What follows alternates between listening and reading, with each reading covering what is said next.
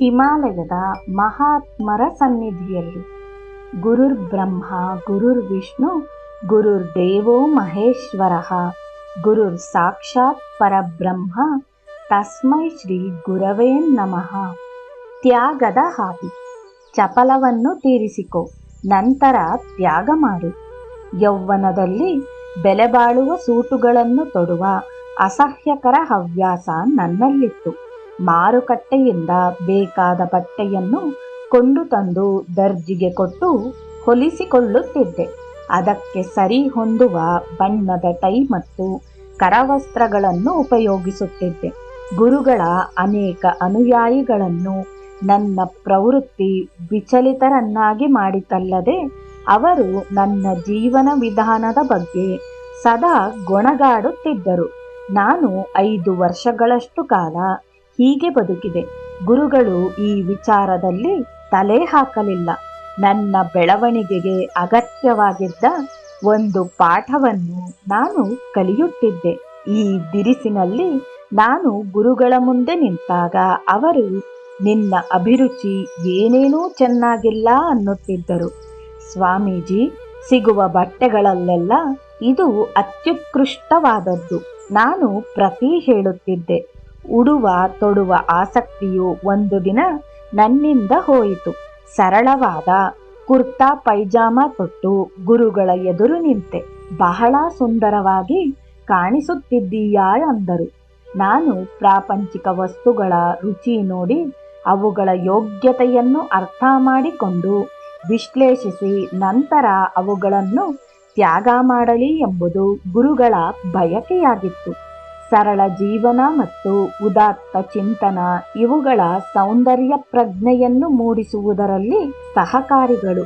ಈ ಸೌಂದರ್ಯ ಪ್ರಜ್ಞೆ ಮೂಡಲು ಹಾಗೂ ಆ ಬೆಡಗು ಲಾವಣ್ಯಗಳು ನಮ್ಮ ಬದುಕಿನೊಳಗೆ ಮೈಗೂಡಲು ದೀರ್ಘವಾದ ಕಾಲಾವಕಾಶ ಬೇಕು. ಬೆಲೆ ಬಾಳುವ ಉಡುಪುಗಳಿಗೆ ನಮ್ಮ ಕುರೂಪವನ್ನು ಮುಚ್ಚುವ ಸಾಮರ್ಥ್ಯ ಇಲ್ಲ. ಆಕರ್ಷಕ ವಿನ್ಯಾಸಪೂರ್ಣ ಬಟ್ಟೆಗಳು ನಮ್ಮನ್ನು ಸುಂದರಗೊಳಿಸಲಾರವು. ಬಾಹ್ಯ ವಿಚಾರಗಳ ಮೇಲೆ ಕೇಂದ್ರೀಕರಿಸುವ ಬದಲು ನಾವು ಆಂತರಿಕ ಚೆಲುವನ್ನು ರೂಪಿಸಿ ಅಭಿವ್ಯಕ್ತಿಸುವುದನ್ನು ಕಲಿಯಬೇಕು. ಈ ಆಂತರಿಕ ಚೆಲುವು ಎಲ್ಲರಿಗೂ ಗೋಚರವಾಗುವಂತೆ ಸ್ವಯಂ ಪ್ರಕಾಶಮಾನವಾಗಿರುತ್ತದೆ. ತ್ಯಾಗದ ಹಾದಿಯು ಕೆಂಡಗಳ ಹಾದಿ. ಪ್ರಾಪಂಚಿಕವಾದ ಕಾಮನೆಗಳನ್ನೆಲ್ಲ ಸುಟ್ಟು ಬೂದಿ ಮಾಡಿದವರು ಮಾತ್ರ ಇದರಲ್ಲಿ ನಡೆಯಬೇಕು. ಲೌಕಿಕವಾದ ಲಾಭ ನಷ್ಟಗಳಿಂದ ನೊಂದು ಆಶಾಭಂಗ ಹೊಂದಿದ ಅನೇಕರು ತಕ್ಷಣದ ಭಾವೋದ್ವೇಗದಿಂದ ಪ್ರಾಪಂಚಿಕ ವ್ಯವಹಾರಗಳಿಂದ ವಿರಮಿಸಲು ಆಲೋಚಿಸುತ್ತಾರೆ. ಬಹು ಆಪ್ಯಾಯಮಾನವಾದ ಹೊರಬದುಕನ್ನು ಅವರು ಕಂಡುಕೊಳ್ಳಬಹುದು. ಆದರೆ ಎಲ್ಲಿಗೆ ಹೋದರೂ ಸರಿ, ಅಂತಹ ಮಂದಿ ಇನ್ನೂ ಅಸ್ಥಿರವಾದ ಒಳ ಜಗತ್ತನ್ನು ಹೊಂದಿರುತ್ತಾರೆ. ಆಶಾಭಂಗ, ದುರಾಸೆ, ವಿಷಯಾಭಿಲಾಷೆ, ದ್ವೇಷ, ಪ್ರೀತಿ, ಕೋಪ ಹಾಗೂ ಅಸೂಯೆ ಇವುಗಳನ್ನು ಆಧ್ಯಾತ್ಮಿಕ ಶಿಸ್ತೂ ಇಲ್ಲದೆ ಪರಿತ್ಯಜಿಸುವುದು ಅಸಾಧ್ಯ. ಆಶಾಭಂಗ ಹೊಂದಿದ ಮತ್ತು ಅತೃಪ್ತವಾದ ಆತ್ಮವು ವೈರಾಗ್ಯ ಮಾರ್ಗದಲ್ಲಿ ನಡೆಯಲು ಅರ್ಹವಾಗುವುದಿಲ್ಲ. ಗುಹೆಯೊಳಗೆ ಕುಳಿತು ಪ್ರಾಪಂಚಿಕ ಸಂತೋಷಗಳನ್ನು ಕುರಿತು ಆಲೋಚಿಸುವುದು ದುಃಖಕರ. ಆಶಾಭಂಗ ತುಂಬಿದ ಬಾಲ್ಯಕ್ಕಿಂತ ಸಹಜವಾದ ಬಾಲ್ಯವನ್ನು ನಾನು ಬದುಕಲೆಂಬುದು ನನ್ನ ಗುರುಗಳ ಅಭಿಲಾಷೆಯಾಗಿತ್ತು. ಬಾಲ್ಯದ ಆ ದಿನಗಳಲ್ಲಿ ನಾನು ಅತ್ಯುತ್ತಮವಾದ ಕಾರುಗಳನ್ನು ಕೊಳ್ಳುತ್ತಿದ್ದೇನಲ್ಲದೆ ವರ್ಷಕ್ಕೆ 2 ಬಾರಿ ಬದಲಾಯಿಸುತ್ತಿದ್ದೆ. ಭಾರತದ ಯಾವುದೇ ರಾಜಕುಮಾರನಿಗಿಂತಲೂ ಭೋಗಮಯವಾದ ರೀತಿಯಲ್ಲಿ ಬದುಕುತ್ತಿದ್ದೆ. ಇಷ್ಟೊಂದು ಐಷಾರಾಮವಾಗಿ ಬದುಕಲು ನನಗೆ ಎಲ್ಲಿಂದ ಇಷ್ಟೊಂದು ಹಣ ಬರುತ್ತದೆ ಎಂದು ನನ್ನ ಅನೇಕ ಬಂಧುಗಳು, ಸ್ನೇಹಿತರು ಹಾಗೂ ಪೊಲೀಸ್ ಇಲಾಖೆ ಸಹ ಆಶ್ಚರ್ಯಪಟ್ಟಿದ್ದುಂಟು.